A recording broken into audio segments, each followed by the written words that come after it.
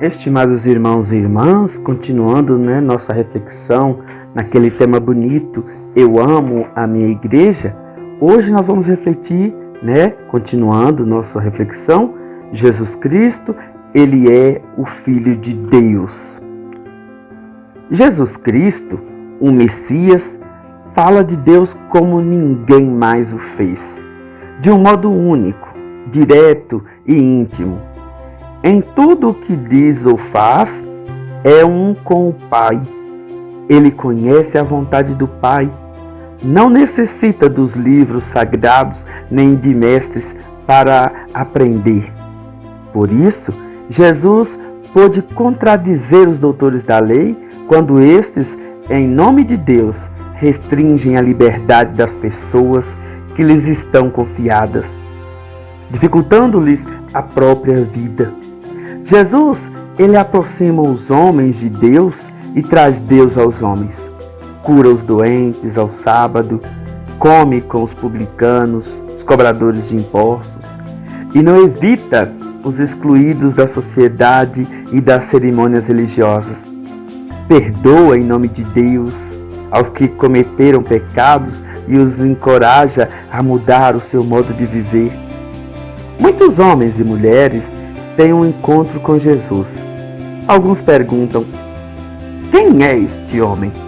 Um profeta de Deus, talvez. Outros enchem-se de espanto e confiam nele. Outros perguntam com desconfiança: quem lhe terá dado tão grande poder? Outros dizem: ele blasfema? Outros ainda sofismam: Cristo, quando vier, fará mais sinais do que ele?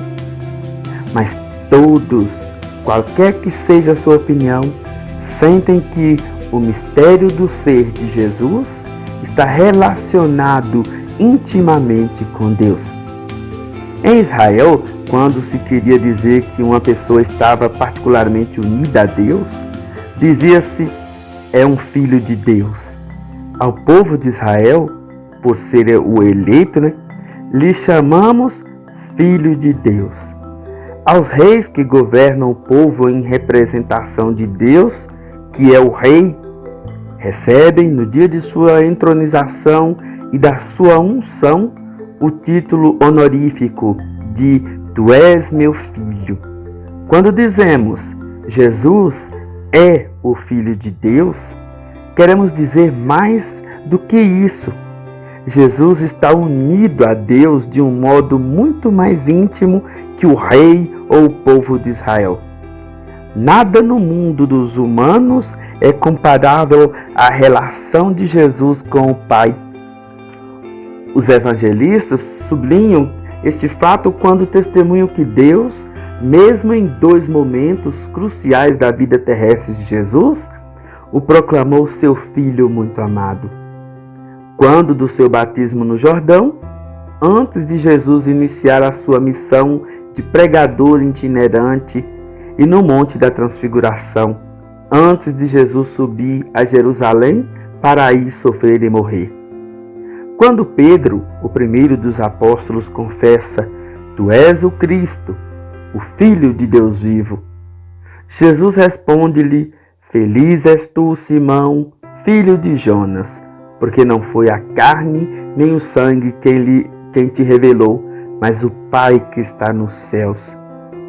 Meus irmãos, minhas irmãs, os publicanos cobram os impostos por conta do ocupante romano, assegurando assim os seus rendimentos.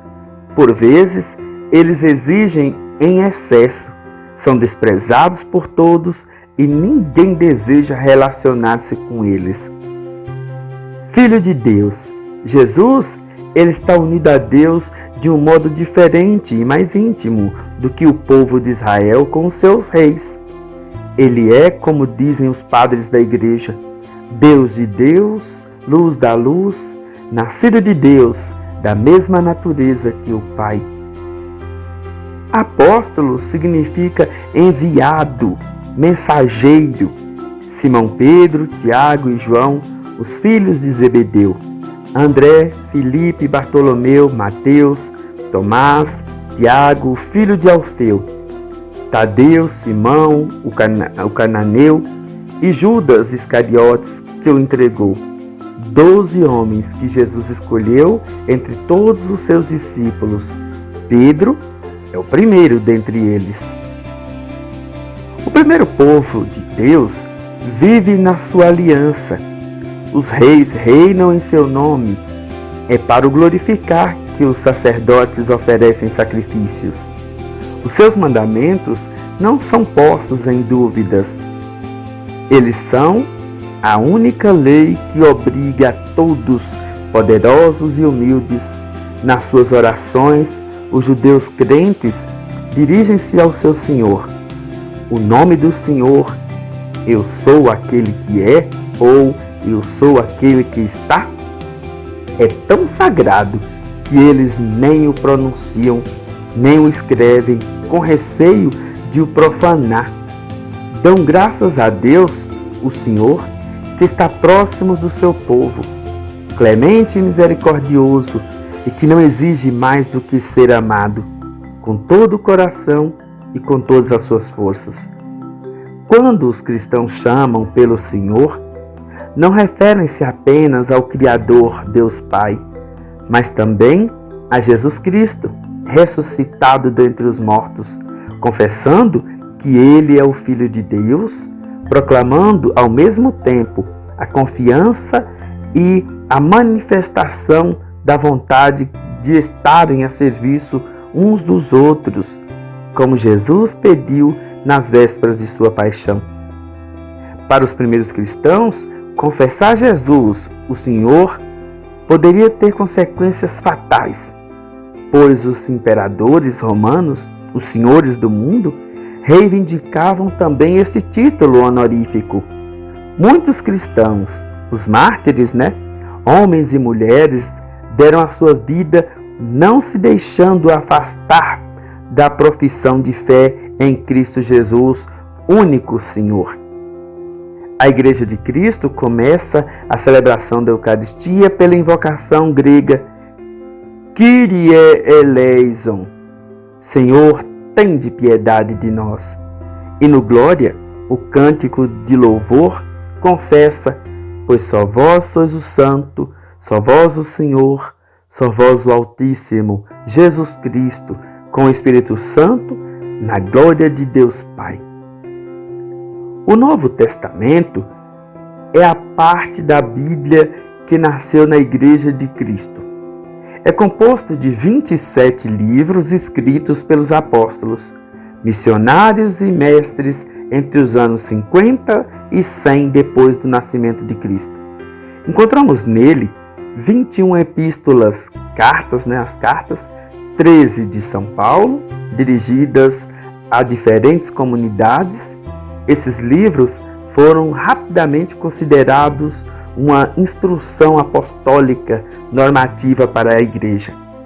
Os 4 evangelistas, São Mateus, São Marcos, São Lucas e São João, testemunham cada um a seu modo os fatos, gestos e palavras de Jesus Cristo, nosso Senhor, assim como a sua paixão e ressurreição.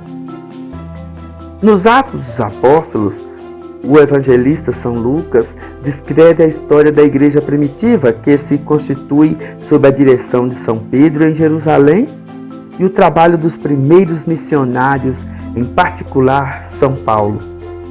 O último livro do Novo Testamento é o Apocalipse de São João. Contém as imagens proféticas e o anúncio da vitória definitiva de Deus sobre os poderes do mal. A Bíblia é constituída pelo Antigo e Novo Testamento. A Igreja acredita que o Espírito Santo de Deus privou os homens que escreveram esses livros do erro e que o seu testemunho é digno de fé, verídico e fiel. Como os autores da Sagrada Escritura redigiram na língua do seu tempo, eles devem ser reinterpretados em cada época, para cada comunidade. Mas, como o Espírito Santo de Deus é a garantia dessa autenticidade, eles são válidos para todos os tempos. Os escritos bíblicos, reconhecidos como verdadeiros e autênticos pela Igreja, formam o cânon da Escritura Sagrada. São lidos na missa e eles constituem o fundamento da nossa fé. O que são apóstolos? Os apóstolos transmitem aos seus sucessores, os bispos, o mistério que o próprio Jesus lhes confiou. A cadeia da tradição nos une aos primórdios. Os evangelhos, a Santa Mãe Igreja sempre defendeu e continua firmemente a defender, com a maior insistência, que os 4 evangelhos, dos quais ela afirma sem hesitar a historicidade, transmitem fielmente o que Jesus, Filho de Deus, durante a sua vida entre os homens, fez realmente e ensinou para a sua salvação eterna, até o dia em que foi elevado ao céu. Chamamos de inspiração a influência que o Espírito Santo exerce na composição dos livros bíblicos. Cânon significa regra. Chamamos assim ao conjunto dos textos que a comunidade cristã reconhece como inspirados. Apenas esses textos podem ser lidos durante os ofícios. Então, meus irmãos, minhas irmãs, hoje nós refletimos um pouquinho sobre essa grandeza, essa beleza que é a nossa igreja, embasada, enraizada na pessoa de Jesus. Toda a estrutura eclesiástica, toda a estrutura da igreja encontra seu fundamento na pessoa de Jesus. Nós escutamos, respeitamos e atendemos até mesmo alguns quesitos do Antigo Testamento, mas o Novo Testamento é a base para a nossa vivência de fé. O Novo Testamento, restaurado na pessoa de Jesus, ele é a estrutura básica para a nossa fé. Então, como nós cantamos no tão sublime sacramento, veio o antigo suplantar. Jesus, ele é o Novo Testamento. Jesus é a nova e eterna aliança. Por isso, não é possível, não é tão simples somente crer nele. É necessário também segui-lo se queremos ser de fato verdadeiros cristãos. Bom dia!